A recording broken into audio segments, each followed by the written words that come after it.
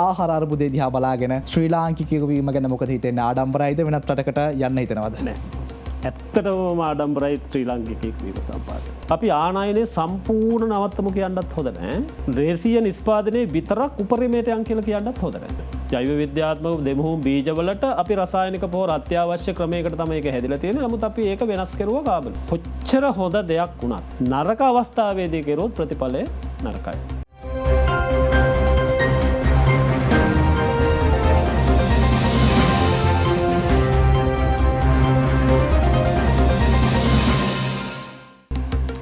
අයිබෝන් ඔබෙක් වන්නේ ටෝක් 24 සජීවී වැඩසටහන සමගින් අද සඳුදා දවසේදී අපි හැමදාමත් ජනතාවට තිබෙන ප්‍රශ්න, ජනතාවට දැනෙන ප්‍රශ්න, ජනතාවගේ බෝඩරේ සිට වගකිව යුතු නිලධාරීන්ට මේ පිළිබඳව කතා කරන්නට හරයාත්මක දැනුමක් තියෙන වැදගත් පුද්ගලයෝ, සමාජයේ කතා බහට ලක් කරන පුද්ගලයෝ අපි ටෝක් 24 වැඩසටහනට කැඳවාගෙන එනවා.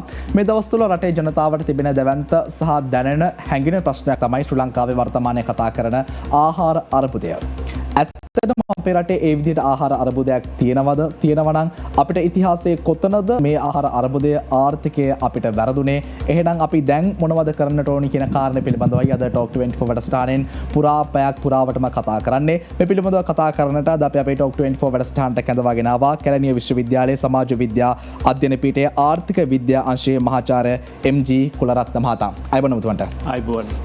මුලින්ම බොහොම ස්තුතියි. ලංකාවේ ජනතාව ආහාර අර්බුදයක් ගැන අද කතා කරනවා. අපි ඔබතුමාව සම්බන්ධ කරගන්නට බොහෝ කාලයක් තිස්සේ බලාගෙන හිටියේ. නමුත් අපිට බැරුව ගියා. අන්තිමේදී අපි ඔබතුමාව සම්බන්ධ කරගන්නවා. ආහාර අර්බුදය ගැන කතා කරද්දී අපේ රටේ ජනතාව 2022 23 මේ කාල සීමාව වෙතලා ආහාර අර්බුදයක් ගැන කතා කරත් ඔබතුමා ඊට අවුරුදු ගානකට පෙරදීම ආහාර අර්බුදයක් දැක්කා. ආහාර අර්බුදය පිළිබඳව ඔබතුමා ලිපි ලිව්වා. ඒ ලියපු ලිපි මංගාව තිබෙනවා. මේ නිසාමයි අපි ඔබතුමාව සම්බන්ධ කරගන්න බොහොම ඉවසිල්ලෙන් බලාගෙන හිටියේ. නිසා මුලින්ම බෙහෙවින්ම ස්තුතියි අද අපි අපේ ටෝක් 24 වැඩසටහනට සම්බන්ධ වුණාට. මම කැමති අපේ සාකච්ඡාව පටන් ගන්න ඔබත් එක්ක ආර්ථිකය ගැන කතා කරන්නට බොහෝ දේවල් තියෙනවා. ආහාර අර්බුදය ගැන කතා කරන්නට බොහෝ දේවල් තිබෙනවා. නමුත් ඊට පෙර ආතුව ඔබතුමා රටවල් ගණනක සංචාරය කරලා තිබෙනවා. රටවල් ගණනක ජීවත් වෙලා තිබෙනවා. ශ්‍රී ලාංකිකයෙකු වීම ගැන වර්තමානයේ මේ තියෙන ඉන්ධන පොලි ටික දිහා බලාගෙන, ගෑස් පොලින් ටික දිහා බලාගෙන, රටේ ජනතාව නිතර දෙවෙල කතා කරන ආහාර අර්බුදය දිහා බලාගෙන ශ්‍රී ලාංකිකයෙකු වීම ගැන මොකද හිතෙන්නේ? ආඩම්බරයිද වෙනත් රටකට යන්න හිතනවද? නෑ. ඇත්තටම ආඩම්බරයි ශ්‍රී ලාංකිකයෙක් වීම සම්පාද. මොකද මම ලෝකයේ කොහේ ගිහින් ආවත් කටුනායකින් කොළඹ කටුනායකින් ලෑන්ඩ් කරනකොට මට ඒ දැනෙන සතුට මම හිතන්නේ ලෝකේ කොහේදීවත් මම ලබාගෙන. ඒකට හේතුවකුත් තියෙනවා. සරල හේතුවක් කෙටියෙන් මම කිව්වා. දැන් ඔය මැටි වතුර බට තියෙනවනේ. මැටි වතුර බටෙන් වතුර යනකොට ඒ බටේට වතුර උරනවනේ. උරලා ඒ වතුර ටික තව පොළොවටත් යනවා. එතකොට මේ බටෙත් එක්කලා වතුරත් එක්ක පොළොව සම්බන්ධ. ස්ලෝන් බට තියෙනවනේ අපි දැන් අලුතෙන් දා. ස්ලෝන් බටේ වතුර ගිහපුවාම වතුර ටික ගලාගෙන යනවා. හැබැයි මැටි බටේට ස්ලෝන් බටේට වතුර අහන්නෙත් නැහැ, පොළොවට වතුර අහන්නෙත් නැහැ. මම හිතන්නේ ශ්‍රී ලාංකිකයා කියන කෙනාගේ ජීවිතය හරියට මැටි බටෙන් වතුර යනවා. එහෙනම් මම කැමති කියන්න මම ලංකාවේ ඉපදුනේ මම පෙර පින් කරපු නිසා. ඉතින් ඒ නිසා අයියයි ඉපදෙන්න ඕනේ ලංකාවේ. එච්චරකට සුන්දර රටක්. මේක කොළ පාට රටක්. අවුරුද්දේ 365 දවස්. ඒකේ වාසනාවක් අපිට තිබෙනවා. නමුත් ඒක අස්සේ අපිට අවාසනාවකුත් තිබෙනවා. අපි ඒ අවාසනාව කොහොම හරි ආකාරයකට වාසනාවකට කරක ගමු. අපි මම කැමති කෙලිම ඔබතුමත් එක්ක සාකච්ඡාවට අවතීර්ණ වෙන්න. අද අපේ රටේ ජනතාව ආහාර අර්බුදයක් ගැන කතා කරනවා. බලධාරීන් කියනවා ආහාර අර්බුදයක් පිළිබඳව. රටේ ජනතාව බය වෙලා ඉන්නවා. අපේ රටේ ජනතාව දැන් වවන්න පටන් අරගෙන තිබෙනවා. නමුත් මේ ආහාර අර්බුදය පිළිබඳව ඔබතුමා මේ මගේ අතේ තියෙන ලිපියේ හැටියට හරියටම සඳහන් කරන්නේ 2018 ජනවාරි මාසේ 14 වැනි ඉරිදා ඔබතුමා සඳහන් කරනවා අපේ රටේට ඉදිරියට ආහාර අර්බුදයක් එනවා කියලා. කොහොමද ඒ කාල සීමාවේ ඉඳන් අපේ රටේ ඉදිරියට ආහාර අර්බුදයක් තියෙනවා කියලා ඔබතුමා කියෙව්වේ? දැන් මගේ විෂය ආර්ථික විද්‍යාවනේ. එතකොට ආර්ථික විද්‍යාව කියන විෂය ඇත්තටම මේ රුපියල් සත ගැන කතා කරන එකක් නෙවෙයි. ඒකේ තියෙනවා මනෝවිද්‍යාත්මක ස්වරූපයක්. ඒකේ තියෙන නීතිය පිළිබඳ කතා කරන එකක්. ඒක තමයි ආර්ථිකයේ හැසිරවීම පිළිබඳ කාරණාත් අඩංගු විෂයක් ආර්ථික විද්‍යාව කියලා කියන්නේ. ඒකට විශාල ආචාර්ය මහාචාර්යවරු ප්‍රමාණයක් මේ රටේ දැන උගත් මිනිස්සු ඉන්න. ඇත්තටම මේක ආචාර්ය උපාධියක් තියෙන්නත් ඕනේ. අපේ තාත්තා අම්මත් දැනගෙන හිටියා විශාල ප්‍රමාණයක් ආර්ථික විද්‍යාත්මක කරුණු. එතකොට අපි ආර්ථික විද්‍යාව හරහා හුඟක් වෙලාවට අපිට පුළුවන්කම තියෙනවා මේ ફોකස් කරන්න. ඒ කියන්නේ අනාගතයේ සිදුවිය හැකි තත්ත්වයන් දැන් තියෙන තත්ත්වයන් එක සංසන්දනය කරලා මේ යන විදිහට මෙහෙම ගියොත් තව අවුරුදු කිහිපයකින් මොකද්ද සිද්ධ වෙන්නේ? ඒක අත්‍යවශ්‍යයිනේ.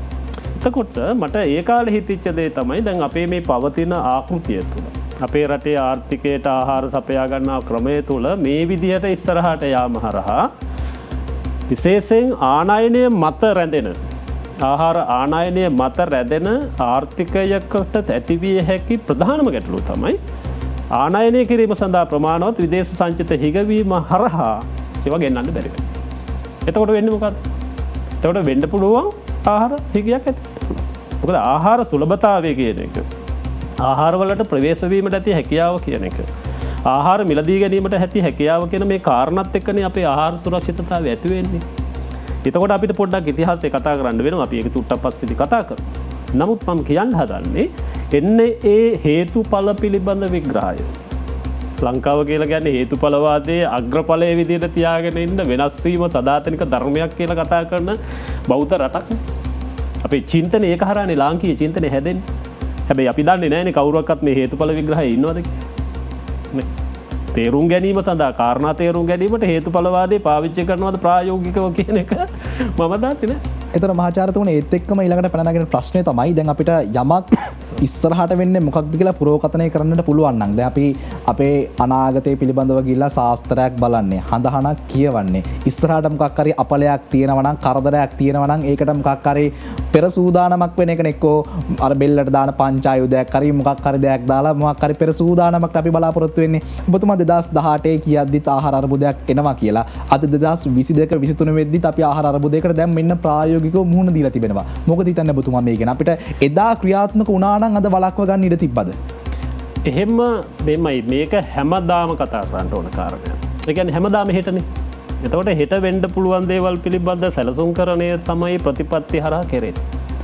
දැන් විශ්වවිද්‍යාලවල ඉන්න සමහරුන්ට දැන් අපිට උනත් මිනිස්සු චෝදනා කරන ඔයාලා මේ වගේ වෙලාවක මොකද කරන්නේ කියලා. විශ්වවිද්‍යාලේ මිනිස්සු මේ රටේ මිනිස්සු තේරුම් ගන්න ඕනේ එකක්. විශ්වවිද්‍යාලයේ තියෙන මේ ළමයිගේ විනය හදන්න නෙවෙයි. දැන් සමහරව අපිට චෝදනා කරනවානේ විශ්වවිද්‍යාලේ මේ ළමයිගේ විනය හදන්නේ නැහැ කියලා. විනය හදන්න තමයි මුල ඉඳලා දෙමව්පියෝ ළඟ ඉඳලා ඉස්කෝලවලට යවන්නේ. නේද? දැන් අපි දන්නවා හොඳටම දෙමව්පියෝ ඉන්නවා පූර්වාචාරීන් කියලා කියන්නේ. එතකොට ගුරුවරු ඉන්නවා. අපිත් එහෙම හැදිලා ආපු මිනිස්සු. අපිට විනය ගැන ඉස්කෝලෙන් අපේ දෙමව්පියෝ. දහම් පාසලෙන්. ඒවා කරනවද නැද්ද කියන එක. නමුත් විශ්වවිද්‍යාලයේ තියෙන ප්‍රමුඛ කාර්යභාරය තමයි දැනුම එකතු කරන්න. දැනුම බෙදා හරින්න ඕන. රාජ්‍ය පාලනය සම්බන්ධයෙන් අපිට ප්‍රමාණවත් පර්යේෂණාත්මක තොරතුරු ලබා දෙන්න ඕන ප්‍රතිපත්ති සම්පාදනය සඳහා. දැන් ලෝකේ බොහෝ රටවල් උදාහරණයක් ගත්තාන් පස්සේ මගේ ආචාර්ය උපාධියේ උපදේශකවරයා හරි කාර්යබහුලව මම දවසක් ඇහුවා ඇත්තටම මොකද වෙලා තියෙන්නේ. මට කිව්වේ කුලේ නෑ මේ හෙට පාර්ලිමේන්තුවේ තියෙන කාරණයකට මේ තොරතුරු හොයනවා මේක මම පර්යේෂණාත්මකව කියන්න ඕනින්ද මම පිසි. ඒ නිසා මට අද හම්බෙන්න බෑ. දැන් අපි හොයලා දෙන එකවත් පාවිච්චි කරනවද කියලා මම දන්නේ නැහැ. එතකොට දැන් අපේ රෝල් එක අපි කළා තියෙනවා. භූමිකාව සහ රෝල් එක දෙකක් තියෙනවා. රැකියාව සහ භූමිකාව කියන්නේ දෙකක්. රැකියාව නම් විශ්වවිද්‍යාලයට ඇවිල්ලා උගන්වලා දැනුම එකතු කරලා ඒ පොතපත ලියලා යන එක එකක්. භූමිකාව කියලා කියන්නේ මේ රටේ සමහර ප්‍රශ්න වලට අපි උත්තර දෙන්න ඕන. මොකද මේ රටේ අහිංසක මිනිස්සුගේ සල්ලි වලින් අපි ඉගෙනගෙන තියෙන්නේ. ඒ යුතුයකම අපේ ඇතුලේ තියෙනවා. ඒ හින්දා තමයි රටට බොහෝ අය පිටරට ගිහිල්ලා දෙන්නේ.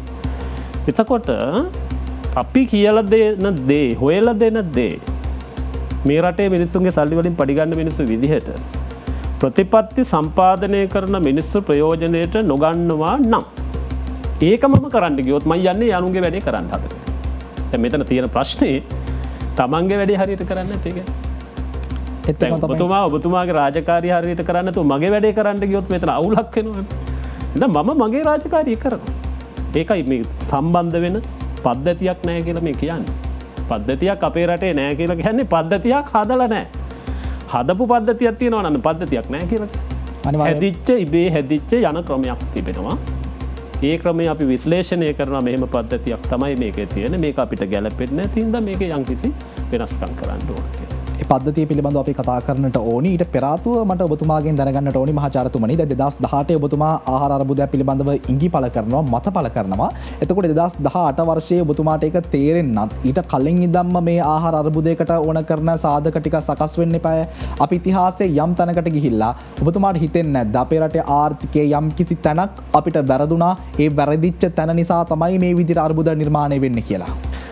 ඒක ඉතාම හොඳ ප්‍රශ්නයක්. ඇත්තට මේ කාරණේ තේරුම් ගන්න නම් දැන් අපි හැම වෙලාවෙම කරලා තියෙන්නේ මතු පිටින් තියෙන දේ විශ්ලේෂණය කරන එකනේ. දැන් සරල කාරණයක් කියන්නම්කෝ ලස්සන උදාහරණයක්. දැන් අපිට ඕන තරම් මල් පෙනෙනවනේ ගස්වල. හැබැයි අපි මල් ගැන ලස්සන කතා කරුවට මල් වල මුල් ගැන කතා කරන්නේ නැහෙනේ. හැබැයි මුල නැත්තම් මල් නැහෙනේ. ඒ නිසා මේ අර්බුදය කියන එකේ ව්‍යුහාත්මක ගස්ටනේ නැත්තම් අර්බුදය අපි තේරුම් ගන්න එක අපේ රටේ කාටත් හොඳයි කියලා මට හිතෙන්නේ. දැන් මේක කිව්වන් පස්සේ සමහරු චෝදනා කරන මේ 77න් පස්සේ හැම එකම වුණාද කියලා මේකට ඒකම කරේ දාගන්න එපයි කියලා. අපි ඒක කරේ දාගන්නේ නැහැ. නමුත් මේකේ ආර්ථිකයක මනුස්සයෙකුගේ රටක සමාජයක මේ ව්‍යුහාත්මක වෙනස්කම් තියෙනවනේ. ඒ කියන්නේ ඒක හැදිලා තියෙන ආකාරයේ වෙනස්කම් දීර්ඝකාලීන ක්‍රියාවලියට බලපාන. එතකොට අපි 1900 ඈතට යන්න ඕනේ නැහැ කියලා මෑත ඉතිහාසයේ වසර 50ක 70ක අපි කාලය අරගනිමුකෝ. නිදහසෙන් පස්සේ කියන එක අපේ එක ටර්නින් පොයින්ට් එක හැරවුම් ලක්ෂයක් නේ. 77 කියලා කියන්නේ මේ රටේ තව හැරවුම් ලක්ෂයක් නේ. මේ වගේ හැරවුම් ලක්ෂ තියෙනවා. දැන් අපිටත් තියෙනවනේ එහෙම. O level pass වෙච්ච එක හැරවුම් ලක්ෂයක් ඒ level නේ. හැමෝටම මේක තියෙනවා මම කියන්නේ මේ පොදු කාරණයක්. ඒතර 77ට කලින් නිදහස ලැබුණාට පස්සේ ඒ කාලේ හිටපු අපේ දේශපාලනඥයෝ ගත්ත ප්‍රතිපත්තිමය තීරණ තියෙනවා. ප්‍රතිපත්තිමය තීරණය කියලා කියන්නේ අපේ රටේ ශ්‍රී ලාංකික සංස්කෘතිය ආහාර සංස්කෘතිය කියන වචනේ ඉතාම වැදගත්. මේක අපි ආයෙත් තව හැවුවොත් මට මේක පැහැදිලි කරන්න පුළුවන්. මේ ආහාර සංස්කෘතිය සැබෑ ලෙස තේරුම් ගත්ත අපේ රටේ රජවරු. දේශගුණික කාරණා තේරුම් ගත්ත අපේ රට. අපේ රටේ භූවිෂමතාව තේරුණා. ඒ නිසා අපේ සංස්කෘතික ලක්ෂණය තමයි අපි ශ්‍රී ලාංකිකයෝ කියලා කියන්නේ බත් සංස්කෘතියක් තියෙන ජාතියක්. ඒක මහාචාර්ය සුරවීරයන් ඒ.වී. සුරවීර මේක අපූර්වට ලියලා තියෙනවා. ඒ කියන්නේ රයිස් කල්චර් කියලා අපි මේකට කියනවා. බත් සංස්කෘතිය. ඒක පදනම් වෙන ඊළඟ සංස්කෘතිය තමයි වෝටර් කල්චර් කියන්නේ. දැන් වතුර කියන එක ලංකාවේ මිනිස්සුන්ට පූජනීය දෙයක් නේ. ලංකාවේ ලෝකේ හැමතැනම පූජනීයයි. එතකොට මේ සංස්කෘතික ලක්ෂණය තුළ අපි හදා හැදෙන්න නම් අපිට අත්‍යවශ්‍යයි බත් වී හදන්න. ඒ නිසා වැව් හැදුවා. නමුත් නිදහසට පස්සේ මේ කාරණේ ඉස්සරහට අරගෙන ඇවිල්ලා ඒ කාලේ හිටපු ඩී.එස්. සේනානායක වගේ මහත්මාවරු මහත්තුරු සහ මහත්මාවරු කියලා දෙකක් මහත්මාවරු ඒ අය ඒ කාලේ තිබිච්ච වගා කරන් රජවරු කරලා ඉතුරු වෙච්ච වැව්වල වගා කරන්න බැරි වෙච්ච කුඹුරු ප්‍රමාණයන් වගා කරන්න ඕන කියලා ප්‍රතිපත්තියක් තිබ්බා. සහලින් සයම් පෝෂිත වෙන්න ඕනි කියලා ප්‍රතිපත්තිමේ උපකරණ ගණනාවක් හැදුවා. එක උපකරණයක් තමයි වගා කරන භූමි ප්‍රමාණය වගා කළ හැකි භූමි ප්‍රමාණය වැඩි කරා. වගා කරන්න තියෙන ඉඩම් වලින් වගා කරන ඉඩම් ප්‍රමාණය වැඩි කරා. එඳා පරණ තිබිච්ච අපේ කැඩිලා බෙදලා ගිය විශාල ජලාශ ප්‍රතිසංස්කරණ ගොවි ජනපද ව්‍යාපාර කරලා ඒවට ඉඩම් දීලා කෙරුවා. දැන් ඒතකොට තිබ්බේ මොකද්ද? අපි වගා කෙරුවා. අපිට හාල් අපේ ගෙදර තිබ්බා, වී අපේ ගෙදර තිබ්බා. දැන් මම පොඩි කාලෙත් මට මතකයි එහෙම තිබ්බා.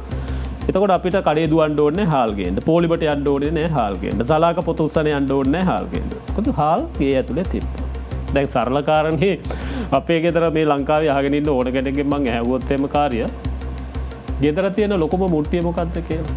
කුස්සියේ තියෙන ලොකුම මුට්ටිය මොකද්ද? බතාවිදුල ගෙදර ගොඩට තියෙන කුස්සියට ගිහින් බැලුවොත් ලොකුම මුට්ටිය බත් මුට්ටියනේ. ඒ තමයි අපේ සංස්කෘතියේ සංකේතය කුස්සිය ඇස්සේ තියෙන. ඒක ගැන හිතලා ඕන ප්‍රතිපත්තිය දාන්න. එතකොට මේ අය එහෙම ගොවි ජනපද ව්‍යාපාර වගේ දේවල් ඇති කරලා ප්‍රතිපත්තිමේ උපකරණ ඒ උපකරණේ වැරදුනොත් ප්‍රතිපත්තියට යන්න බෑ. අද රටේ තියෙන ප්‍රශ්නයක් තමයි මේ ප්‍රතිපත්තිය කියන්නේ මොකක්ද කියලා දන්නේ නැහැ. එහෙම ප්‍රශ්නයක් තියෙනවා. අපි ඒ ගැනත් ආයෙ කතා කරමු. එතකොට දැන් ඒකෙන් ආහාර සුලභතාවයේ ප්‍රවේශ වීම සහ ගන්න පුළුවන්කම කියන මූලික කාරණා හරහා අපිට අර්බුදයක් තිබෙන්නේ නැහැ. දැන් අර්බුදය කියන එකේ සරලව කිව්වොත් එහෙම මේක සුරක්ෂිත නැහැ කියන එක කියන්නේ. එතකොට අපිට ආහාර තිබ්බා. නමුත් 1977 මේ රටේ මගේ තර්කය තමයි මේක අපි ඉල්ලපු නැති එකක්. මට මතක තියෙනවා නම්. මට අවුරුදු 12ක් 1977 වෙනකොට. ජනතාවට බලෙන් පටවපු දෙයක්. මං කියන්නෙත් ඒක තමයි. අපේ රටේ දේශපාලන ව්‍යුහය සහ විවෘතාර්ථික ක්‍රියාවලිය ඒ කාලේ හිටපු දේශපාලකයෝ විසින් අවබෝධ කරගත්තා මේක අපිට හොඳයි කියලා. ඒකල තමයි දුන්නේ කියලා තමයි මේක කවුරු හරි ඉන්නවනම් මේක වැරදි නිවැරදි කරුවොත් එහෙම අපි පිළිගන්න කැමැති. නමුත් මගේ කියවීම තුල මම හිතාගෙන ඉන්නේ එහෙමයි. ඒතර 1977න් පස්සේ මේ අර ස්වයංපෝෂිත භව කියන එකට විකල්පයක් විදිහට අරගෙන ආවේ වෙළඳපොළ සුලභතාවය ඇති කිරීම. ආනයනය හරහා. දැන් මේ ආනයනික ප්‍රතිපත්ති ප්‍රජාතන්ත්‍රවාදී ලක්ෂණය තමයි දැන් මේ අපේ රටේ දිගින් දිගටම යන්නේ. ඒකට වෙනම විග්‍රහයක් අපිට සාකච්ඡාවක් ඕන නම් කරන්නත් පුළුවන්කම තිබෙන. දැන් මේ ආනයනයේ මත වෙළඳපොළ සුලභතාවයේ ඇති කිරීම හරහා ආහාර තියෙනවා. ප්‍රවේශ වෙන්න පුළුවන් බැරිද සමහරලාට දැන් අද කොළඹ තියෙනවා ආහාරවලට අනුරාධපුරේ කෙනෙකුට එන්න බෑ. එහෙම කියන්නේ මේ ළඟට ගිහින් ටක් ගාලා ගන්න පුළුවන්කමක් තියනවාද කියන එකත් පොඩි ගැටලුවක්. තුන්වෙනි කාරණේ තමයි මේ ඇෆෝඩබිලිටි කියලා. ගෙවන්න පුළුවන්ද කියලා. දැන් අද කොළඹ ගිහින් බැලුවොත් එහෙම කවුරු හරි කෙනෙක් තර්ක කරන්නේ නැහැ ආහාර මේ රටේ නැහැ කියලානේ. කිරිබත්ගොඩ මාකට් එකට දැන් එනකොට බලාගෙන ආපුවාම ඕන තරම් එළවලු තියෙනවා. හා නැත් ආර්ථික කලාපවල දැන් අපේ තියෙනවනේ වෙළඳාම් කරන තැන් ඒවයි තියෙනවා. දැන් නැත්තේ මොනවාද? දැන් අර්බුදය කියලා කියන්නේ ආහාර නැහැ කියන එක නෙවෙයි. ආහාර ගන්න බෑ කියන එක. දැන් හාල් කිලෝ එක රුපියල් 230යි 235ක් වුණා පස්සේ හාල් නැත්ද? හාල් තියෙනවා. තව ආනයනය කරන්න යනවනේ දැන් හාල් ගේනවා. එතකොට හාල් වෙළඳ පොලේ තියෙනවනේ. එතකොට මිනිස්සු කියනවා ආහාර තියෙනවා. හැබැයි අර්බුදයකුත් තියෙනවා. එතකොට ඒ සුලභතාවය හරහා අපිට ප්‍රවේශ වෙන්න බැරි නම් ඒ ප්‍රවේශ වෙන්න බෑ කියන එක තමයි මගේ කියවීම හරහා මම ආර්ථික අර්බුදයේ විදිහට දකින්නේ. ඒ ප්‍රවේශ වෙන්න බැරි නිසා තමයි දැන් අලුතෙන් කියනවානේ දැන් වෙන වෙන දේවල් වගා කරන්න කියලා. අල වගා කරන්න, මඤ්ඤොක්කා වගා කරන්න. එතකොට මෙන්න මේ ඓතිහාසික ක්‍රියාවලිය හරහා ආපු එක දිහා හොඳට අධ්‍යයනය කරන කෙනෙකුට තේරෙන දේ තමයි ඔබතුමා අහපු ප්‍රශ්නෙට උත්තරේ තමයි එන්න ඒ අඛණ්ඩ ක්‍රියාවලිය විශ්ලේෂණය කරන ඕන කෙනෙකුට තේරෙනවා ආනයනය ඇන හිටින ඕනෑම තැනකදී ආහාර අර්බුදයක් ඇති වෙනවා. ඒක වෙන්න පුළුවන්කම තියෙනවා අපිට විදේශ සංචිත අපේ ස්ථාවර වෙන්නේ නැතිකම. දිගින් දිගටම අපිට එහෙම වෙලා තියෙනවා. කොවිඩ් කියන එකේදී තවත් වෙලා තියෙනවා. ඒකේ බලපෑම හරහා විදේශිකයෝ ලංකාවට එන්නේ නැහැ. අපි මූලාශ්‍ර තියෙනවානේ විදේශ සංචිත එකතු කරන්න. ඒවා හින්දා නැත්තටම නැති වෙලා තියෙනවා. ඒකත් එක්කලා අපේ තිබිච්ච වැරදි ආර්ථික කළමනාකරණයේ ප්‍රතිඵලයක් විදිහට මේක ඉතුරු ටිකක් කොලැප්ස් වෙලා තියෙනවා. ආහාර තියෙනවා ගන්න බෑ. ඒ නිසා අර්බුදයක් තියෙනවා. අපි කතා කරේ අපේ රටේ ආහාර අර්බුදය නිර්මාණය වුණු විදිහ. ඔබතුමාගේ මේ දීර්ඝ සහ රසවත් පැහැදිලි කිරීම ඇතුලේ මම පුංචි වචනයක් උකහාගෙන මගේ ඊළඟ ප්‍රශ්නට යන්න. ඔබතුමා මේ ප්‍රතිපත්ති කියලා වචනයක් සඳහන් කරා. ඒ වගේම අපේ රටේ ජනතාව සහ විශේෂයෙන්ම පාලකයෝ බලයට පත් වෙන්න පාවිච්චි කරන ප්‍රධාන වචනයක් තමයි මේ ප්‍රතිපත්තිය කියලා කියන්නේ. අපි දැක්ක පහුගිය ආණ්ඩු කිහිපයක් අපි පිටිපස්සට ගිහිල්ලා බැලුවාම එක්තරා ආණ්ඩුවක් මෛත්‍රීපාල සිරිසේන මහත්මයා ආණ්ඩුවට පත් වෙද්දී ඔහු කියන අපේ රටේ ආර්ථිකයට ගැලපෙන්නේ කෘෂිකර්මාන්තය මුල් කරගත්තු ආර්ථික රටාවක් තමයි අපිට හරියන්න කියලා. ආණ්ඩුව මාරු වෙලා ඊළඟ ආණ්ඩුව බලයට පත් වෙද්දී උන් සඳහන් කරනවා නෑ කෘෂිකර්මාන්තය අපිට හරියන්නේ නැහැ. අපි ලෝකෙට විවෘත වෙන්නට ඕනි. සංචාරක කර්මාන්තය මුල් කරගත්තු ආර්ථිකමය රටාවක් ප්‍රතිපත්ති රටාවක් තමයි අපිට හරියන්නේ කියලා කියනවා. ඒකට මහාචාර්යතුමනි ඇත්තටම අපේ රටට ගැලපෙන ආර්ථික ප්‍රතිපත්තිය මොකක්ද සහ ඊට පෙර ආතුව මට පොඩ්ඩක් පැහැදිලි කරලා දෙන්න. මොකක්ද මේ ප්‍රතිපත්තියක් කියන්නේ? මේක ආණ්ඩුවෙන් ආණ්ඩුවට වෙනස් වෙන්න පුළුවන්ද? දැන් අපි අපි මේ කතා කරන සාකච්ඡාව අපේ රටේ දහස් සංඛ්‍යාත මිනිස්සු අහනවා කියලා අපි විශ්වාස කරනවා. ඒ නිසා මගේ භාෂා විවහාරය මම හැම වෙලාවෙම අපි හැමෝටම තේරුම් ගන්න පුළුවන් විදිහට කතා කරන එක හොඳයි. දැන් අපි ගම්වල කියනවානේ මේ මිනිහයාට ප්‍රතිපත්තියක් නැහැ කියලා. දැන් ඒක දැනගෙන හෝ නොදැනගෙන දැන් එහෙම වචනයක් අපි කියනවා. දැන් ප්‍රතිපත්තිය කියලා කියන්නේ පුද්ගලයෙක් වශයෙන් එයා කවදා හරි දවසක යන්න හදන තැන. කියන්නේ දැන් මම නම් මගේ ප්‍රතිපත්ති මේ රාමුව තුළ මම හදාගත්ත මගේ ප්‍රතිපත්තියක් තිබුණා. මම කවදා හරි දවසක විශ්වවිද්‍යාලයක උගන්වනවා. ඒ තමයි මම අනාගතේ යන්න හිතාගෙන ඉන්න තැන. දැන් රටක් සමාජයක් කලාපයක් දැන් ප්‍රාදේශීය සභාවක් ගත්තොත් ඒ ප්‍රාදේශීය සභාවට තියෙන්න ඕන ඌට අනන්‍ය ඌ ප්‍රතිපත්තිය. ඒ කියන්නේ මොකක්ද කොහෙද යන්නේ කියන එක. දැන් අපි බස් එකකට නගිනවා නම් කොළඹෙන්ට කියලා මේ බදුල්ල යන බස් එක නගලා හරියන්නේ නැහැ. එතකොට අපි යන්න ඕන මේ සරලම කාරණේ යන්න ඕන තැනක් තියෙනවා. එතකොට දැන් අපේ පහුගිය කාලේ තිබුණනේ ආසියාවේ ආශ්චර්යය කියලා. දැන් මිනිස්සු ඇහුවානේ මේක කන්නද කියලා. ඇත්තටම මේක හරියන්නේ මොකද? අපි ආශ්චර්යමත් රටක් හදනවා ප්‍රතිපත්තිමය වශයෙන්. හැබැයි දැන් 1948 පස්සේ තිබ්බ ප්‍රතිපත්තිය තමයි සාලින් ස්වයංපෝෂිත වෙනවා. ඒක සරලම උදාහරණයක්. එතකොට ප්‍රතිපත්තියක් කියන්නේ අපි අපේක්ෂිත ඉලක්කය. දැන් අපේක්ෂිත ඉලක්ක ජාතික වශයෙන් තියෙන්නට ඕන, ආංශීය වශයෙන් තියෙන්න ඕන, දෙපාර්තමේන්තු වශයෙන්, පුජ්‍යලේ වශයෙන් හැමෝටම තියෙන්න ඕන කිසියම් ප්‍රතිපත්තියක්. ඒක නැති වෙච්චාම අපි යන්නේ කොහෙද කියලා කවුරුවත් දන්නේ නැහැ. නමුත් වැදගත් වෙන්නේ ප්‍රතිපත්තිය. ප්‍රතිපත්තිය ඕල්රෙඩි අපි සනාථ කරගන්න, ස්ටැබ්ලිෂ් කරගන්න. හරි. මේක තමයි අපි යන්නේ මෙතෙන්. නමුත් වැදගත් වෙන්නේ මොකද්ද? යන්නේ කොහොමද කියන එක.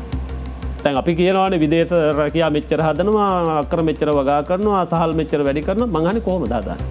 ඒකට අපි කියන්නේ ප්‍රතිපත්තිමය උපකරණයක්. උපකරණ ඒක තමයි ඊටාම වැදගත් වෙන කල්පනාවෙන් තෝරන්න ඕන එක. ඇයි?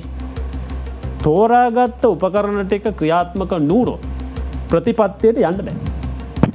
මට ඔක තව පොඩ්ඩක් සරල කරලා පැහැදිලිව කියලා දෙන්න පුළුවන් ද මහාචාර්යතුමනි? ඔක අපේ රටේ ආර්ථිකයට ඇප්ලයි කරලා. ඔව්.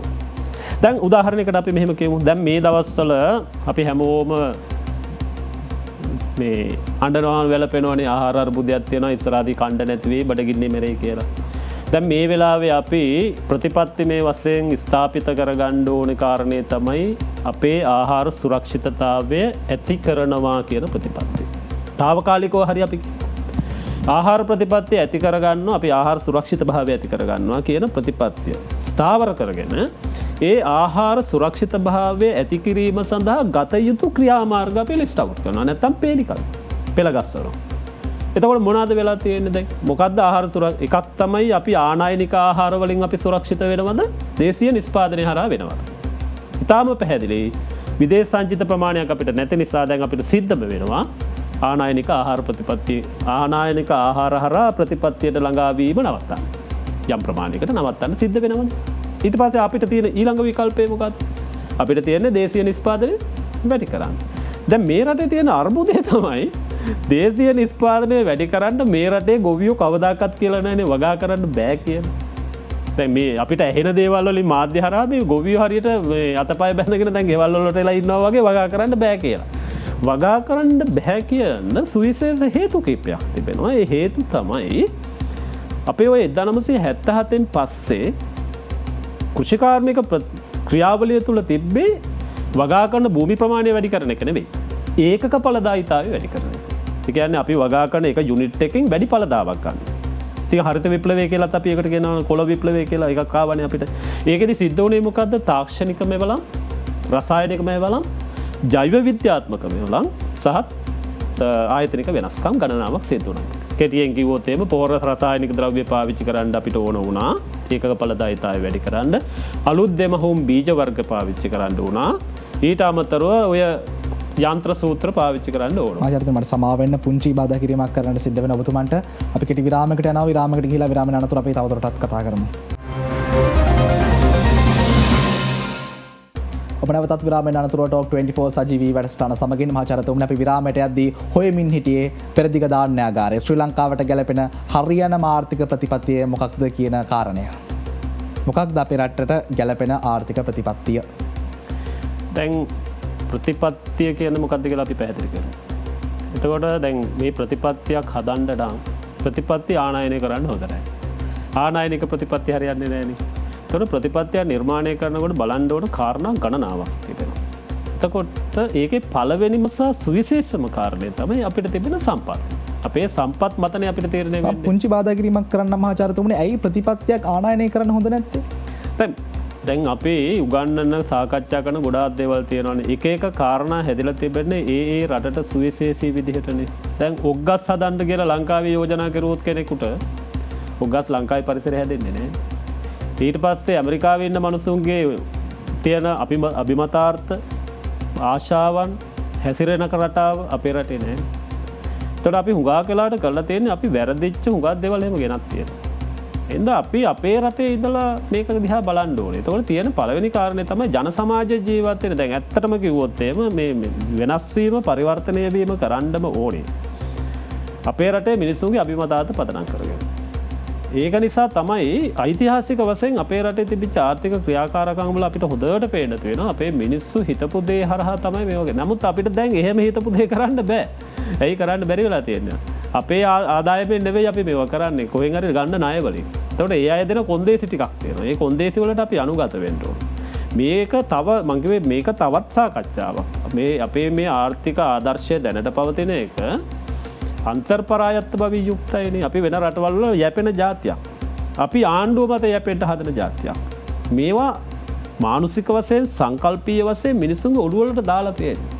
මට මතකයි 1977 අපේ අම්මා ළඟ එනවා හාල් සේරු දෙක දෙනවා මෙතිනි අපිට කියනවා නම් පිදුරුණත් අපි කන්නම් කියන තැනට ගාපු මේ අයිඩියොලොජි කියන එකට කියන්නේ අපි මිනිස්සුන්ගේ මති මතාන්තර වලින් අපි වෙනස් කළා. ඒ නිසා අපි හඳුනා ගන්න ඕන මේ රටේ තිබෙන සම්පත් ප්‍රමාණය සහ අපේ අපේක්ෂාවන්. ඒක ලොකු වැඩක් නෙවෙයිනේ. දැන් අපිට බත් කන්න ඕන මිනිස්සුන්ට පාන් කන්න කියලා පුරුදු කරන්න බෑ ප්‍රතිපත්තියක් කරා. එත ආනායනික ප්‍රතිපත්තිය කෙනෙකට ම විරුත්තයි. ඒ කියන්නේ ප්‍රතිපත්ති අපේ රටේ කළ යුත්තේ කුමක්ද කියන එක. තීරණය කරන්න ඕන අපේ රටේ මිනිස්සු මිස පිටිපත්තයි. නමුත් අපිට එහෙම කරන්න බැරි වෙලා තියෙනවා. ඒතර මාජාරතුමනි ඒත් එක්කම දැන් පැනනගෙන ප්‍රශ්නේ තමයි වර්තමානයේ ශ්‍රී ලංකාවට හාල් අර්බුදයක් නිර්මාණය වෙලා තිබෙනවානේ. අපිට බත් වේල් තුනටම කන්න බැරි තත්ත්වයක් නිර්මාණය වෙයි කියලානේ කියන්නේ. එතකොට පාලකයෝ කියනවා බත් කන්න බැර නම් බත් වෙනුවට කොස් කන්න කියලා, කොස් පාවිච්චි කරන්න කියලා. ඒ විකල්පෙත් හරියන්නේ නැද්ද? නෑ. දැන් ඒක තමයි මාත්මේ කියන්නේ. දැන් කොස් අපේ රටේ තියෙන එකක්. අපි අනාදිමත් කාලයක් කොස් කාපු අයනේ. දැන් බරපතල ප්‍රශ්නය තමයි මෙන්න මේක හොඳ තැනක් රවිදු මේ ආපු තැන. මෙන්න මෙතන තමයි මේ ආහාර සංස්කෘතිය කියන එක. ආහාර සංස්කෘතිය සහ ආහාර රටාව කියලා කියන්නේ එකිනෙකට වෙනස් මගේ අර්ථයෙන්. ඇයි ආහාර සංස්කෘතිය තුළ තියෙනවා ආහාර නිෂ්පාදනය, ආහාර පරිස්සම් කිරීම, නැත්නම් ඉංග්‍රීසියෙන් post harvesting කියන වචනේ. ආහාර පරිස්සම් කිරීම, ආහාර බෙදා ගැනීම, ආහාර පරිභෝජනය කියන එකට අපිට තිබෙනවා ආවේනික ක්‍රියාවලිය. දැන් හොඳ කතාවක් කියන්න ලස්සන එක්සාම්පල් එකක්. ලංකාව වෙළඳපොළ ආර්ථිකයට හුරු වුණාට අපි ආර්ථිකය විදිහට වෙළඳපොළ ආර්ථිකය. හැබැයි අපේ හැසිරීම තවමත් වෙළඳපොළ නෙවෙයි. දැන් බලන්න අපේ රටේ දානයක් තිබ්බම මලගයක් වුණාන් පස්සේ අපි කොච්චර බත් විසිකනවද කියලා, අපි අනුන්ට දෙනවද කියලා, අපි දන් දෙනවා කියලා, දන්සැල් දෙනවනේ. ලෝකෙ මේක නැහැනේ හුඟක් තැන්වල. එතකොට අපි ලිබරල් ආර්ථිකයක් ගැන කතා කරනවා නොන් ලිබරල් මිනිස්සුත් එක්ක. මිනිසු නොන් ලිබරල් වෙලා නැහැ ඇත්තටම මේ රටේ. ඒක තමයි අර මම කියන්නේ මේ රටේ තිබිච්ච පැලවෙච්ච සංස්කෘතික ලක්ෂණය. ඒතකොට අපේ ආහාර සංස්කෘතිය පරිවර්තනය කරලා තිබෙනවා මේ 77න් පස්සේ කාලය තුල. එතකොට දැන් අහපු ප්‍රශ්නය අපි ආපහු ගියොත් එම ආහාර සුරක්ෂිතතාවය ඇති කරගන්න මේ ආනායනික ප්‍රතිපත්තියටයි විරුද්ධ කියලා මම කියන්නේ අපිට ඕන දේ අපි කළ යුතුයි. හැබැයි මතක තියාගන්න ඕන අපිට ඕන දේ අපිට කරන්න බැරි වෙනවා අපි අනුමත යැපෙන තාක්කල්. එතකොට කොස් පොලොස් කනවයි කියන එක, බත් කනවයි කියන එක, අලබතල කනවා කියන එක මේක අපේ රටට ආවේනික වූ ක්‍රියාවලියක්. දැන් සමහරු කියනවා දැන් වෙන රටවල් වල සර්පයෝ කනවා, බල්ලෝ කනවා. ඒ හින්දා අපිටත් එහෙම කන්න වෙයි කියන. එහෙම කන්න වෙච්ච රටවල් තිබ්බා. ඒ රටවල් වල තිබිච්ච ඒ ආර්ථික අර්බුද කාලවල ඒ මිනිස්සු ඒ පරිසරයේ සම්පත් එක්කලා එහෙම ඒක කරගත්තා. හැබැයි අපිට එහෙම බැමිණිටියාසායින් පස්සේ මං හිතන්නේ නැහැ ලංකාවේ සත්තු කණ්ඩ තරම් එහෙම උනේ නැහැ.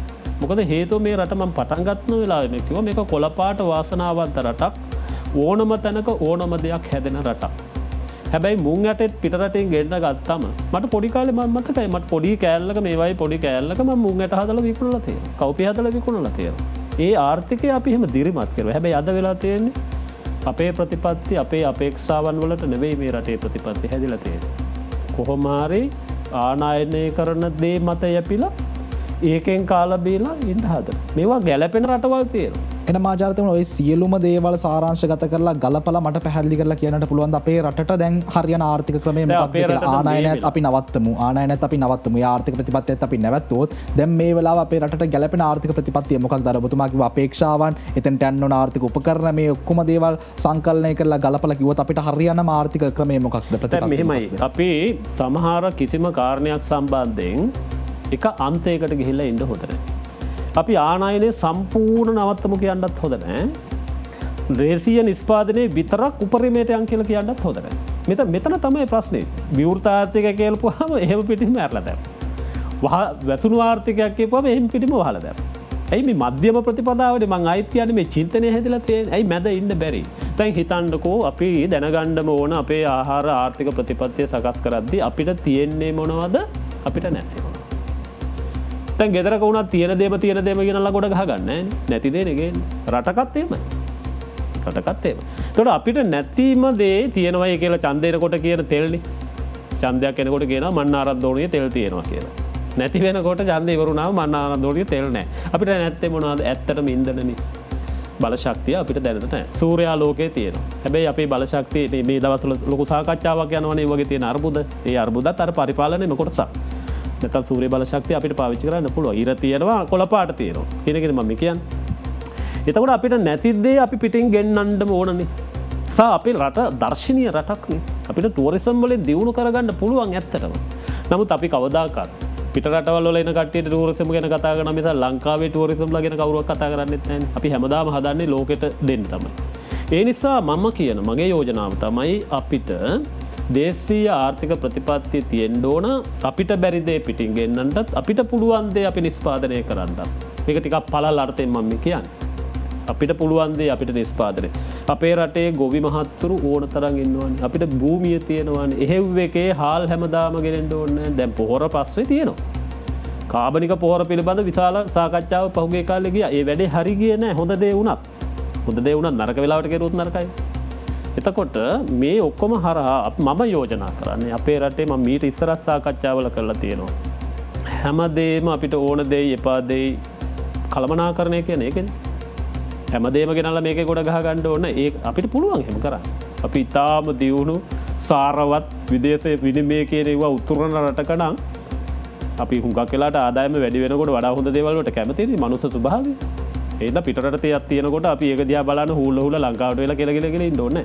මගේ අවසාන නිගමනය තමයි අපි හදන ප්‍රතිපත්තිය අපිට තියෙන දේ වැඩි දියුණු කරන්නත් නැති දේ පිටින් ගෙන්නන්නත් කියන වචන දෙක ඇතුළට මම සාරාංශ කරන්න කැමතියි. ඒතර ඔබතුමා කියන්නේ සාරාංශය ඇතුලේ ලංකාවේ කෘෂි කර්මාන්තයත් ක්‍රියාත්මක වෙන්න ඕනි, සංචාරක කර්මාන්තයත් ක්‍රියාත්මක වෙන්න ඕනි, අපි නැති දේවල් ආනයනය කරන්නත් ඕනි. එහෙම සංස්කෘතියක්ද? ඔව් දැන් කෘෂි කර්මාන්තය කියන එක පුළුල් මීට වඩා බෝග වගාව විතරක් නෙවෙයි. කෘෂි කර්මාන්තයේ බෝග වගාව තියෙනවා, සත්ත්ව පාලනයේ තියෙනවා, දැන් කිරි පිළිබඳ ප්‍රශ්න ඒකනේ. දීවර කර්මාන්තයේ තියෙනවා, වන කර්මාන්තය කියන මේ හතරම තියෙනවා. දැන් අපේ වසර 70ක් විතර ගිහිල්ලා අපි බලමු එකින් එක දීර්ඝ වශයෙන් කතා කරුවේ නැතත් මේ හතරම දියුණු කෙරුවොත් නේ ආහාර සුරක්ෂිතතාවය ඇති වෙන්නේ. දැන් බත් විතරක් තිබිලා කිරි නැති වුණොත් දැන් අපේ මිනිස්සුන්ගේ මං කිව්වේ ඒකයි ආහාර පුරුදු රටාව වෙනස් වෙලානේ තියෙන්නේ. දැන් කිරි නැහැ කියලා අනන්ත අප්‍රමාණ දුක් විඳින මිනිස්සු ඉන්නවනේ. ළමයිට කිරි දෙන්න නැහැ කියලා නේද? පිටි කිරි නැත්තම් ළමයි මැරෙනවා කියලා. දැන් අපි නම් අම්මගේ කිරි බීලා හැදිච්ච මිනිස්සු. එළ කිරි බීලා දත්තුන්ගේ කිරි බීලා නෙවෙයි හැදුනේ. එතකොට දැන් එහෙම අවාසනාවට එහෙමත් දැන් අම්මලාට කිරි නැත්තම් තියෙන තත්ත්වයක් එක මේ 2022 නේ. අපි ආයෙ ගිහිල්ලා 74 ගිහිල්ලා කතා කරන්න ඕනේ නේ.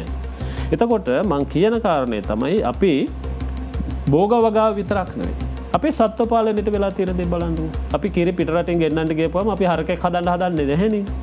ඇයි හදන්නේ? පිටරට කිරි අපිට වැඩිය ලාභයි නම් ඒකනේ මේ සාපේක්ෂ මිල අනුපාතවල ප්‍රශ්නයක් මේ තියෙන්නේ. පිටින් ගේන එක අල අර්ථාපල ලාභයි නම් අපේ රටේ ගණන් දීලා ගන්නෙ නැහැ. දැන් අපි කවුරුත් බලන්නේ ලාභයට ගන්නනේ. ඒක අපේ බිහේවියර්, ඒක අපේ හැසිරීමේ හැටි. ඊළඟ කාරණේ තමයි දීවර කර්මාන්ත. දැන් මේක ඉතාම පුළුල් පරාසයක කතා කරන්න ඕනේ. ලංකාව වටේට මූදක් තියෙනවා නේද? ඊට පස්සේ රට ඇතුලේ ලෝකේ අපි මේ දක්වා කියලා තියෙන අපේ රට තමයි වැඩිම වැව් ගණත්වයක් තියෙන රට ලෝකේ. කවුරුත් ඒකට ආගියු කළා නැහැ. ඒක ඇත්ත. වර්ග කිලෝමීටරකට වතුර හෙක්ටයාර 2.5ක් තියෙන රටක් ලෝකේ තියෙනවනේ ශ්‍රී ලංකාව. හැබැයි දැන් ඒවයි මාළු හදන්න පුළුවන්. මාළු හැදෙන්න පුළුවන්. දැන් මේවට ජාතික ප්‍රතිපත්තිමේ තත්ත්වයක් කරා අපේ රටේ දීවර කර්මාන්තය නගා සිටීම සඳහා දීවර ප්‍රතිපත්තියක් තියෙනවද කියමු හරියට අපිට. තියෙන එකත් වැරදි. ඒකට දැන් අපි අලුතෙන් එකතු කරන්න කියලා යෝජනා කරලා දැන් අවුරුදු 1කමාරක් වෙන්න ආවා. ඒව ඇතුළත් කරලා නැහැ. එතකොට දීවර කර්මාන්තය කියලා කියන්නේ ග්‍රාමීය අභ්‍යන්තර ජලාශ දීවර කර්මාන්තය කියන්නෙම මේ රටේ දුප්පත් මිනිස්සුන්ගේ පෝෂණය ගුණය වැඩි කරන්න තිබෙන සුවිශේෂීම සාධකය. ඒව නොසලකා හරපුවාම බත් විතරක් කනවා කියන එක දැන් හාල් පිට රටෙන් ගෙනපුවාම මේක විතරක් ඇතිද? එතකොට අපිට පුළුවන් මේ දීවර කර්මාන්තය නගා. මූද රට වටේ මූද තියෙනවා. අපි විශාල ටින්කල සාඩින් වර්ග අපේ රටට ගේනවා. කරවල ගෙන මාළු ගේනවා. මම මේ කියන්නේ අපි දැනගෙන හිටියා නම් අපි ඉන්නේ දූපතක. රට වටේට බූදක් තියෙනවා කියලා මේ ප්‍රතිපත්ති සම්පාදනය කරන ආයතන. මහාචාර්යතුමා මම තව පුංචි බාධා කිරීමක් කරන්න. දැන් අපි අපේ රටේ දේවල් තියාගෙනත් අපි ඔය ටින් කරපු දේවල් හරි තව දේවල් හරි පිටරටින් ආනයනය කරන්න තියෙන මූලික හේතුවනේ ඩොලර් ප්‍රශ්නේ. අපේ රටට ලොකු දේවල් අපේ රටේ දේවල් ගණන් වැඩි නිසා අපි අඩු මුදලක් දීලා ඒක පිටරටින් අරගෙන එනවා. ඒකට අපේ රටේ සම්පත් වලත් ප්‍රශ්නයක් නැද්ද? ඒ කියන්නේ වැඩි මුදලක් දීලා අපේ රටේ දේවල් ගත්තට කමක් නැද්ද? දැන් දැන් ඔය මේ පිටරට දේවල් ලාභ නිසාම නෙවෙයි පිටින් ආනයනය කරන්නේ. එහෙම ටිකක් වැරදි අර්ථකථනයක්ද මන් දන්නෙත් නැහැ කියලා හිතනවා. මේක මේ ක්‍රමයේ තුල තියෙන එකක්. මේ පිටරට තියෙන හුඟක් දේවල් ලාභ නිසා ගෙන්නනවා කියන තර්කය එහෙම පිටින්ම සාධාරණ නැහැ. ඇයි? මොකද මම මේකට අලුතෙන් කියන්න කැමති වචනයක් තමයි මේ ආනායනික ප්‍රජාතන්ත්‍රවාදී දේශපාලන ක්‍රමයක් මේ අපේ රටේ තියෙන්නේ. අපි ප්‍රොමෝට් කරන්නේ ආනායනය. ඒකට හේතුවක් තියෙනවා. ඒක සීමා සහිත ප්‍රමාණයක්නේ කරන්නේ.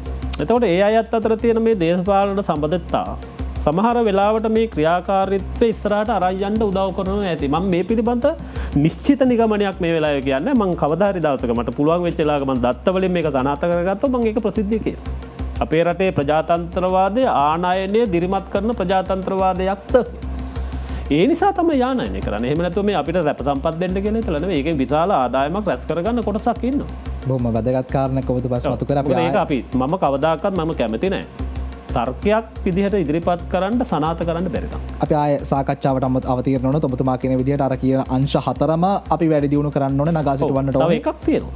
ඒකේ වන කර්මාන්තය ගැන අපි කවදාකවත් හිතන වන ගස් කපනවා මිස ගස් හදනවා කියන ඒවා පොඩි පොඩි තියෙනවා නිකන් අර අපේ රටේ තියෙන්නේ රවිදු ප්‍රතිපත්ති නෙවෙයි වැඩසටහන්. මේ වචනේ හොඳට අපේ රටේ කවුරුත් තේරුම් ගන්න ඕනේ. වැඩසටහන් කියන්නේ අවුරුදු 5කින් 5කට වෙනස් වෙන දේවල්. ඒකයි මේ ඔක්කොටම මුල. ප්‍රතිපත්තියක් තිබ්බොත් දේශපාලනය පක්ෂය වෙනස් වුණත් රජය වෙනස් වුණත් ප්‍රතිපත්ති ඉස්සරහට යන්න ඕනේ. ඉස්සරහ ඒක උදාහරණයක් විදිහට ඉන්දියාවේ අධ්‍යාපන ප්‍රතිපත්ති වගේ. ලෝකේ රටවල් වල ප්‍රතිපත්ති තියෙනවා. දැන් ඇමරිකාව ගත්තොත් ඇමරිකාව කිසිම විදිහට කවුරු බලයටපත් වුණත් වෙනස් නොකරන ආර්ථික ප්‍රතිපත්ති දේශපාලන ප්‍රතිපත්ති තියෙනවා.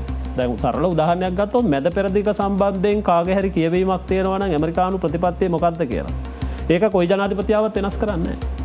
දැන් වැඩසටහන් කියන්නේ අවුරුදු 5න් 5ට වෙනස් වන බලය ලබා ගැනීම සඳහා කරනු ලබන කටයුතු. පාරවල් හදන්න පුළුවන් නේද? මොනවා හරි ප්‍රජාශාලා හදන්න පුළුවන්. ඇයි පාර හදන්නේ කිව්වොත් උත්තරයක් නැහැ. දැන් අපි සුද්දු මහත්තුරු රට කරන කාලේ තේවතු වල ඉඳලා නුවරඑළියේ ඉඳලා කොළඹට රේල් පාර හැදුවෙත් පුත්තලමේ ඉඳලා ඩච් කැනල් එක කොළඹට හැදුවෙත් ඇයි? ඒ නිෂ්පාදන කොළඹට ගේන්න නේ. දැන් අපි හැවුවොත් අපේ හයිවේ රෝඩ් ඩිසයින් කරන මේ පද්ධතිය ඇයි අපි එහෙම හදන්නේ? මොකට?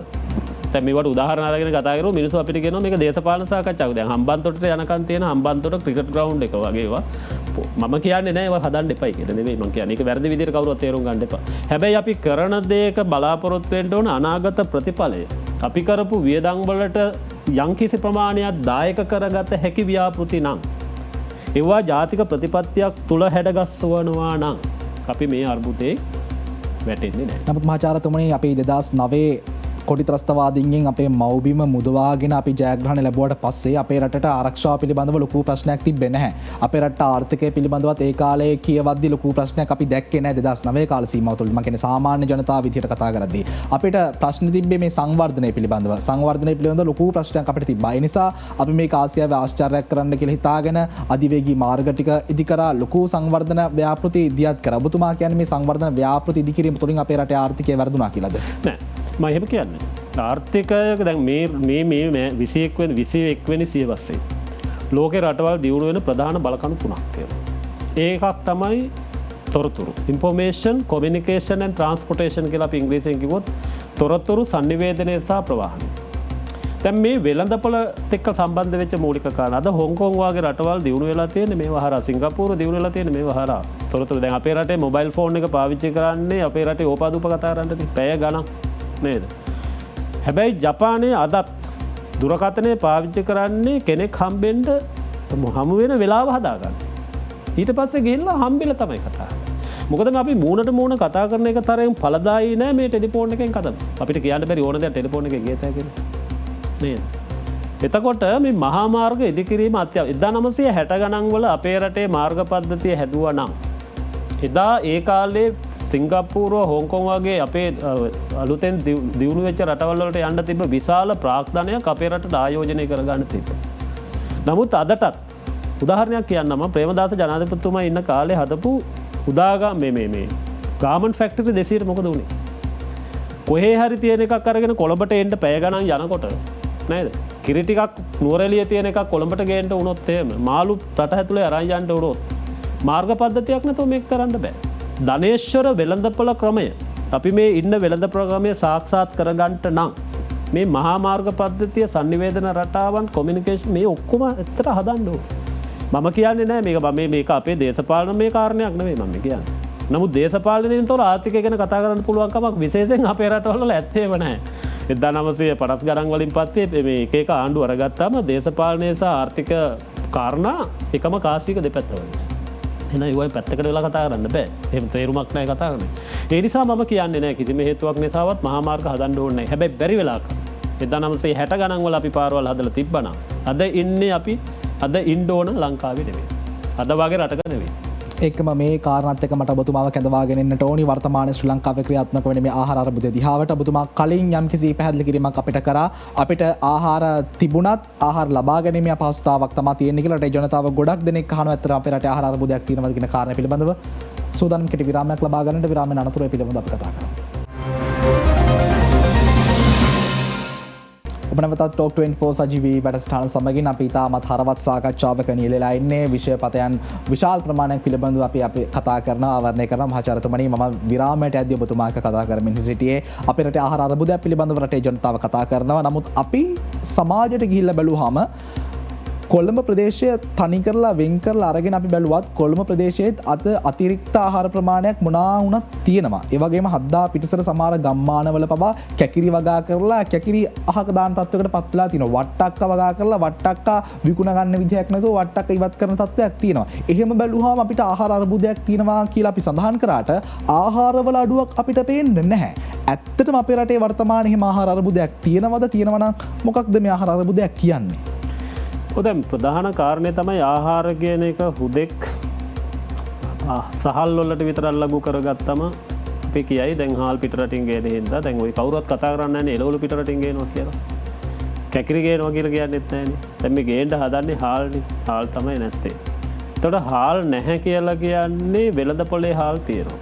දැන් ඔය අපි කොටස් දෙකකට බෙදලා ගමුකෝ. නාගරික සහ ග්‍රාමීය කියලා ගත්තොත් එහෙම ග්‍රාමීය මිනිස්සු එදා ඉඳලම එයාලට තියෙනවා දැන් රජයකටත් තියෙනවා ස්වාරක්ෂක සම්භාරය කියලා වචනයක්. ඒ කියන්නේ මොකද්ද?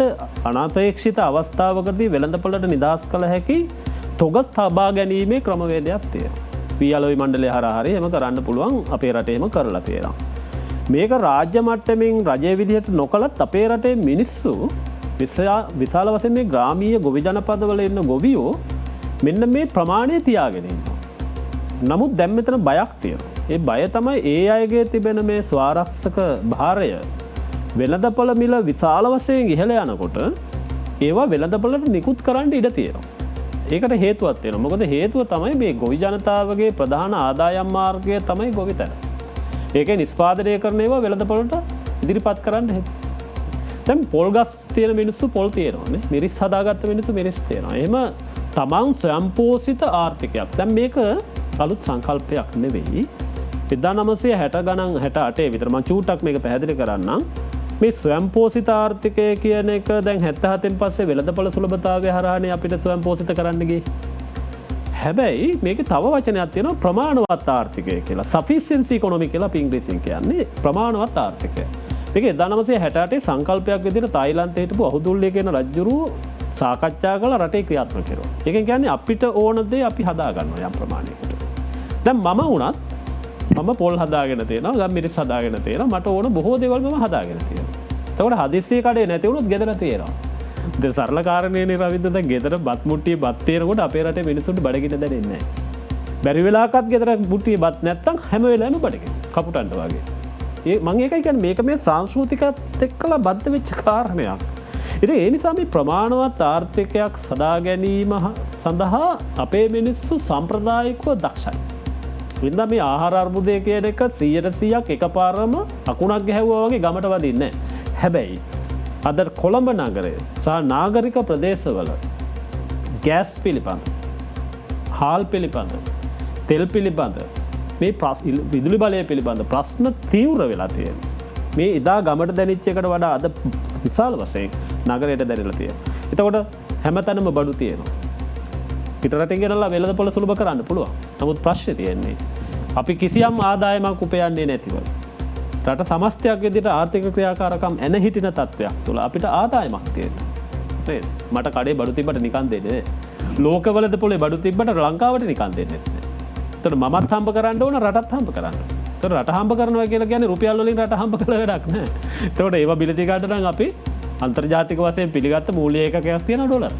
එතකොට ඒ ඩොලර් වලින් අපි මේක කරගන්න ඕන. එතකොට ඩොලර් එන ප්‍රධාන අංශ කීපයක්. එකක් තමයි සංචාරක ව්‍යාපාරය. දෙවෙනි එක තමයි අපි පිට රටවල අපේ අය වැඩ කරලා අපිට එවන සල්ලි ප්‍රමාණය. තුන්වෙනි එක අපි අපනයනය කරන ආදායම් අපනයනෙන් හොයන ආදායම්. හතරවෙනි එක තමයි විදේශ රටවල් අපේ රටවල් කරන ආයෝජන ඍජු විදේශ ආයෝජන විදියට. මං අහන ප්‍රශ්නය කෝවිඩ් ඇවිල්ලා අපි දන්නවා ලෝකයම විවිධ අර්බුදකාරී තත්වයකට පත්වෙච්ච වෙලා වේ. තම් අපි මේක පටන්ගත් එතතනින්. අපේ රටේ හිටපු ප්‍රතිපත්ති සම්පාදකයින් ආර්ථික විද්‍යාව පිළිබඳ කරුණු කතා කරන අය කෝවිඩ් වලින් පස්සේ ලංකාවට ඇතිවිය හැකියයි සැලකෙන ආර්ථික ප්‍රතිවිපාක ගැන හරියට බැලුවනම් අද මේ තත්වයට අපි පත්වෙන්නේ නෑ. හැබැයි බලන කට්ටිය ළඟ බලන්ට පුළුවන් කට්ටිය ඉන්නවද කියලා මම දන්නෙත් නෑ. පුළුවන් කට්ටිය බලන්ට එයාට උදව් කෙරුවට එයා ඒ උදව් ගන්නවද කියලා අපි දන්නෙත් නෑ. ඒක වෙනම කතා. නමුත් අන්න ඒක තමයි ආර්ථික විද්‍යාව කියන විෂය පිළිබඳ අවබෝධයක් තියෙන මේ මිනිස්සු මම ඒකයි මුලදිත් කිව්වේ මේක රුපියල් සත ගැන කතා කරන විෂයක් නෙවෙයි. මේක ඊට එහා ගිය කාරණයක්. ඒ අය එදා හරියට ඒ දේ කෙරුවා නම් අපි මේ ප්‍රධාන මූලාශ්‍ර 4 විදේශ සංචිත ලංකාවට ගෙන්වා ගන්න තියෙන ප්‍රධාන මූලාශ්‍ර 4 පිළිබඳ ඉතාම පරිස්සමෙන් කටයුතු කරන්න තිබෙනවා. එතරම් ආචාර්යතුමනි අපි වැඩසටහන ආරම්භයේ සිටම කතා කරා අපේ රටේ ආර්ථිකය කොතනද වැරදුනේ කියන කාරණේ ගැන අපි කතා කරා. අපි එහෙම කතා කරාම අපේ රටේ පෙරදිග දාන්නාගාර 1977ට ඇවිල්ලා 77 වැරදුණු තැන අපි निराකරණය කරගත්තා. නමුත් වර්තමානයේ ආහාර අර්බුදයත් එක්ක අපි කෙටි කාලේ ඉතිහාසයකට ගිහිල්ලා බැලුවාම මේ ඊයේ පෙරේදා ඉතිහාසයට ගිහිල්ලා බැලුවාම අපිට දැනෙන හැඟෙන තේරෙන දෙයක් තමයි අපේ රටේ පහුගිය කාලේ ක්‍රියාත්මක වෙච්ච මේ පොහොර ප්‍රතිපත්තිය අපේ රටේ ආර්ථිකයට මේ ආහාර අර්බුදයට ලොකු බලපෑමක් එල්ල කරා නේද කියන කාරණය. ඔබතුමා පොහොර ගැන මීට අවුරුදු ආහාර අර්බුදය වගේම පොහොර අර්බුදය ගැනත් මීට අවුරුදු ගානකට කලින් අනාවක පළ කරලා තියෙනවා කතා කරලා තියෙනවා. ඔබතුමා කොතනද ඉන්නේ? අපිට එදා රසායනික පොහොර දිගටම ගෙන්වලා මේ වගාව කරගන්න තිබ්බද? එමත් නැත්නම් කාබනික පොහොර වලට මාරු වෙච්ච එක හරියද? එමත් නැත්නම් එකපාර මාරු වෙන්නේ නැතුව රසායනික පොහොර ටිකක් දීලා කාබනික පොහොර වලට අපිට යන්න තිබ්බද? ඔබතුමා කොහොමද මේක දකින්නේ? කෙටියෙන් නමුත් මේකට උත්තරයක් දෙන්නොත් එහෙම දීර්ඝ උත්තරයක් ඇත්තට දෙන්න ඕනේ. දැන් 1960 ගණන් වල පස්සේ කාලේ ලංකාවේ මේ හරිත විප්ලව තාක්ෂණය ආවා කියලා අපි මුලින් කිව්වනේ. එතකොට මේ රසායනික ජෛව විද්‍යාත්මක තාක්ෂණික කාරණා වෙනස් කෙරුවානේ. දැන් මේ පොහොර කියන එක ජෛව විද්‍යාත්මක සාධක රසායනික කාරණයක් නේ. එතකොට අපේ බීජ දෙමුහුම් බීජනේ තියෙන්නේ. එතකොට දැන් අපි මේ වෙනස් කරන්න හැදුවේ කාබනික පොහොර වලට යන්න හැදුවේ මේ එක කාරණයක් වෙනස් කරලා. මේ කාරණය වෙනස් කිරීම හරහා තව කාරණා 3ක් අපේ ක්‍රියාත්මක වෙනවා. නේද? ජෛව විද්‍යාත්මක දෙමුහුම් බීජවලට අපි රසායනික පොහොර අත්‍යවශ්‍ය ක්‍රමයකට තමයි ඒක හැදිලා තියෙන්නේ. නමුත් අපි ඒක වෙනස් කරුවා කාබන. කොච්චර හොඳ දෙයක් වුණත් නරක අවස්ථාවේදී කෙරුවොත් ප්‍රතිඵලය නරකයි. ඒතර කාබනික ආහාර වගාව කියන එක 100%ක්ම ලෝකේ නැතත් අපිට යන්න පුළුවන් උපරිම ප්‍රමාණයට යන්න පුළුවන් නම් ඒකෙන් රසායනික පොහොර භාවිතයේ අවාසි අපිට අඩු කරගන්න පුළුවන්. ඒක කවුරුත් පිළිගන්න කාරණයක් නේ. නමුත් වැඩේ තියෙන්නේ ආර්ථික විද්‍යාත්මක මූලධර්ම පිළිබඳ දන්න උසස් පෙළ හදාරණ ශිෂ්‍යයෙකුත් දන්නවා කිසියම් දෙයක නිෂ්පාදනය වේගවත්ව කරන්න ඕන නම් තාක්ෂණය පාවිච්චි කරන්න ඕන. මේ සංවර්ධන ක්‍රියාවලිය අපි කතා කරන න්‍යායාත්මක තත්ත්වයෙන් බැහැරට ගියපු ගමන් අපි කතා කරන තාක්ෂණ භාවිතය.